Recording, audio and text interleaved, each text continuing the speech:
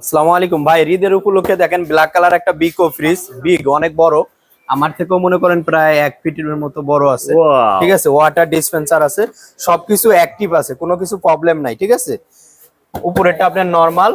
এই ফ্রিজটা কিছুক্ষণ আগে নিয়ে আসলাম, এই যে এখন বাসা বাড়ি ঠান্ডা আছেই। ঠিক আছে, এখন পর্যন্ত ওয়াশ করা হয়নি। এই যে টেম্পারেচার কন্টিনিউ সবকিছু আছে, পকেট টকেট ওকে। এখানে পানি দিবেন, বাইর সাইডে মনে করেন পানি পাবেন আর কি। এই যে ডয়ার নন ফ্রস্ট, মানে বাসা বাড়িতে এখনো আসছে, আবার একটু খুলে দেখান। বাসা বাড়িতে সেই সেই অবস্থায় আছে, এখন ওয়াশ করা নাই। বাসা বাড়ির এই যে পলিটলি এখনো আছে, পলিটলি এখন এইভাবেই আছে। এখনো আছে। মোহন ভাই, এই যে এখানে ডয়ারগুলো কোনো কিছু টুটা ফাটা ভাঙে না। ডিসপেন্সার, এখানে তো জুস দিলেও হ্যাঁ, যেটা রাখবেন সেটাই। ফ্রিজ খোলা লাগবে না। না না, আচ্ছা, এটা কত লিটারের? এটা আপনার 320 লিটার। 300 দাম কেমন? এটার দাম হলো 35,000 টাকা। আর ভিডিও দেখে আসলে আরো 4,000 টাকা ডিসকাউন্ট করে দিয়ে 31,000 টাকা ফিক্সড। ভাই, আমাদের জন্য কি অফার আছে? আরো 500 টাকা ডিসকাউন্ট।